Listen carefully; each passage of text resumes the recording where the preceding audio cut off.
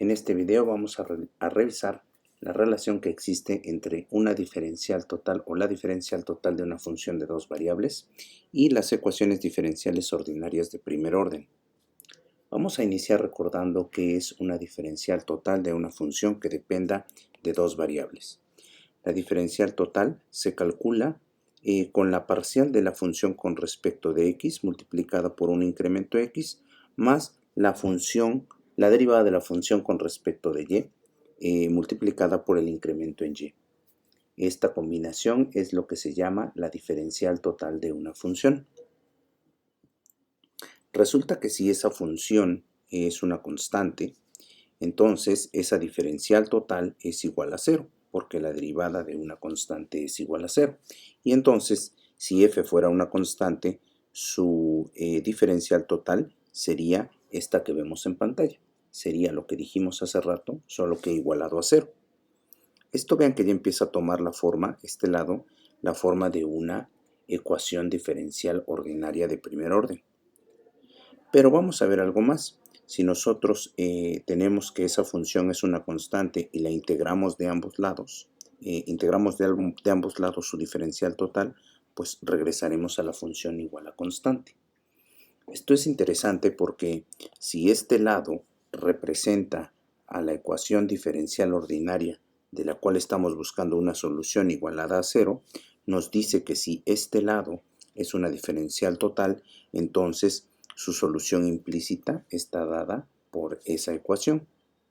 ¿Sí? Observen cómo esta ecuación, esta diferencial total, luce como una ecuación diferencial donde este está jugando el valor de m de xy y este factor, la parcial de f con respecto de y, está jugando el valor de n que depende de xy.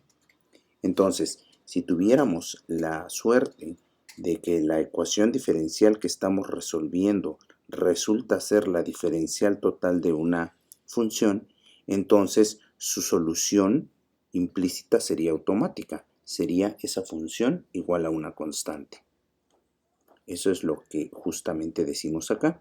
Si nos encontramos una ecuación diferencial de primer orden de esta forma, donde el lado izquierdo sea la diferencial total de una función, entonces la solución es muy sencilla. Es esa función igualada a una constante.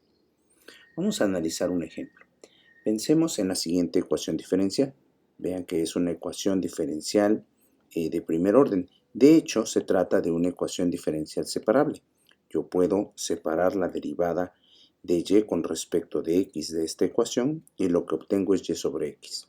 Utilizando los métodos que vimos al inicio de esta unidad, vamos a poder encontrar que al integrar obtenemos esta ecuación o bien esta ecuación y igual a a por x. Esta es la solución a esta ecuación diferencial. Pero hay otra manera de hacerlo utilizando el hecho de que este lado no es otra cosa más que la diferencial total de la función x entre y. Vean, por ejemplo, que si yo derivo la función f con respecto de x, lo que obtengo es 1 entre y, que es justamente el término que está acá, junto a de x.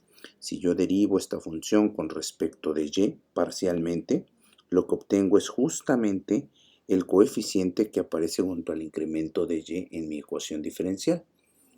Por lo tanto, el lado izquierdo de la ecuación diferencial no es otra cosa más que la diferencial total de x entre y, igualada a 0. Eso quiere decir que si yo integro esta ecuación de ambos lados, lo que obtengo es x entre y igual a constante. Vean que si ahora paso la y de este lado y la constante de este lado, obtengo que y es igual a una constante por x, tal y como lo había obtenido por un método más largo que fue el de la separación de variables. Entonces resulta que si el lado izquierdo de una ecuación diferencial ordinaria viene dada en forma de una diferencial total, pues es muy sencilla su resolución. El problema es que no todas las ecuaciones diferenciales ordinarias de primer orden vienen dadas de esa forma. Y cuando sí vienen dadas de esa forma, reciben un nombre especial y se llaman ecuaciones diferenciales exactas. En la pantalla vemos la definición. una expresión de la forma m de x más n de y igual a 0 es una diferencial exacta si corresponde a la diferencial de alguna función y en tal caso se llama ecuación diferencial exacta. Pero ¿cómo saber si yo tengo una ecuación de este tipo? ¿Cómo saber si se trata de una ecuación diferencial exacta o no? Bueno, existe un teorema que nos dice cuando una ecuación diferencial de primer orden escrita de esta forma el lado izquierdo resulta ser la diferencial total de una función de dos variables. Lo único que hay que hacer es aplicar este criterio. Si la derivada parcial de la n con respecto de la x es igual a la parcial de la m con respecto de la y, entonces este lado necesariamente es una diferencial total de una función f de x, y. Y viceversa, si este lado es una diferencial total, entonces para empezar la m es la derivada de esa función con respecto de la x, la n es la derivada de esa función con respecto de la y las derivadas cruzadas son iguales. Vamos a ver cómo funciona ese teorema para el ejemplo con el que iniciamos. Supongamos que no nos hemos dado cuenta que el lado izquierdo de esta ecuación diferencial es la diferencial total de x sobre y. Muy bien, y me gustaría saber si este lado corresponde a la diferencial de algo, de alguna función de dos variables. Entonces lo primero que voy a reconocer es quién es m y quién es n. Muy bien, y ahora voy a obtener la derivada, como dice el teorema, la derivada de m con respecto de y. Ok, entonces voy a tomar la derivada de esta función con respecto de y a lo que llego es a menos 1 entre y cuadrado.